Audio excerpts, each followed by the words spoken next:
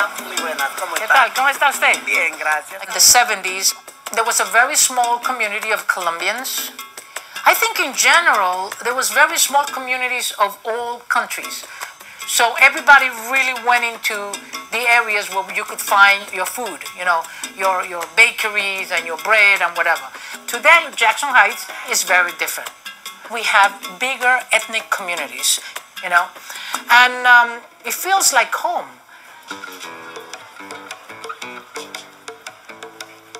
I grew up in Colombia, in a town of very traditional people and big families.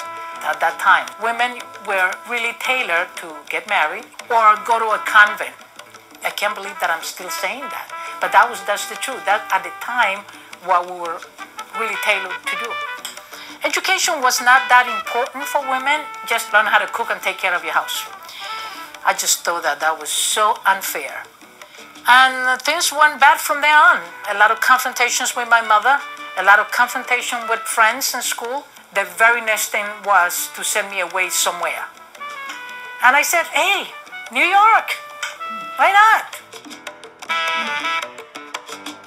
I came to New York. I attended high school in the Bronx. I graduated, and then my parents wanted me back. They said, listen, you got to come back. We have everything set for you. Your life is set. And I said, oh no, I'm not going back.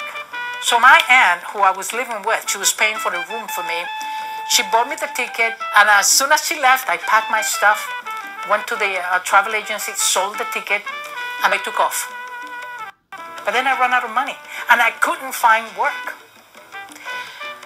So I ended up sleeping on the number 7 train. And I was probably 5 years just working in odd jobs. Next stop is 74th Street. Transfer to the EF and R trains on the lower level. I was dealing with a lot of stuff. Number one, the guilt of not going back home, you know. 2, I was dealing with my own internal sexual issues. You know, I was raised in a religious family, Catholic. Being gay was a sin, all that stuff. I said to myself, you know, if I was able to make it, anybody can. Okay, so does the gentleman call us back or no? No, so I wrote a letter. Oh, okay. Para dar en seguimiento. Okay. Oh, so this is a guy that qualifies for the citizenship, right? Good. Okay, good. Very good.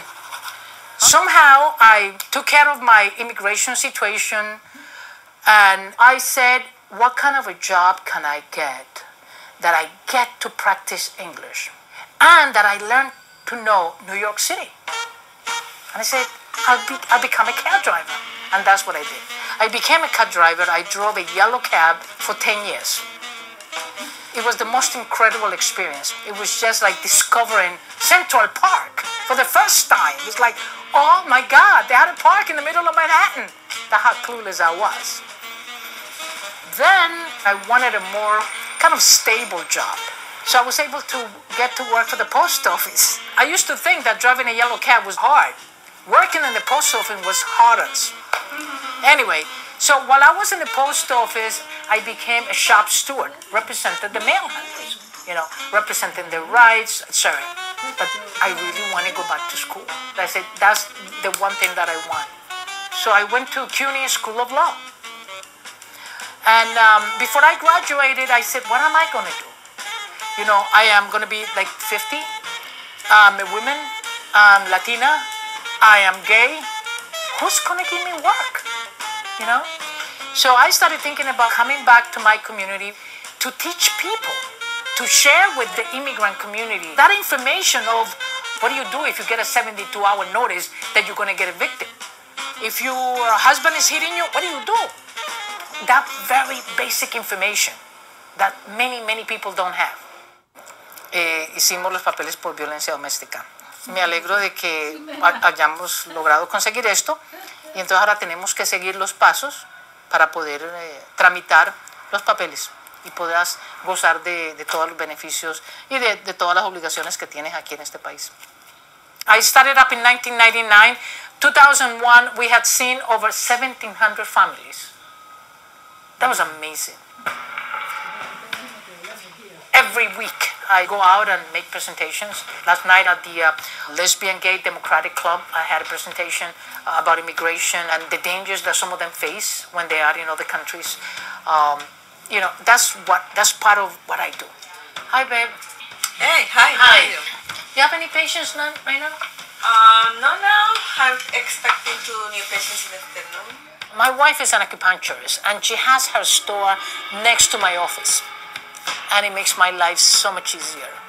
I have to go to the Elmos Hospital because I'm going to get that award today. Remember, you had a work today. I'm sorry, I didn't remember that. I know, but you've been busy too. Yes. I love this community. One of the things that we really got to do is each one of us should pick a project and really do something. Give back. All right, babe. Okay. Okay. Thank you. Good luck. Thank you. Bye-bye. Thanks. And, what we see now is big companies coming, like Home Depot, The Gap, displacing the small owners.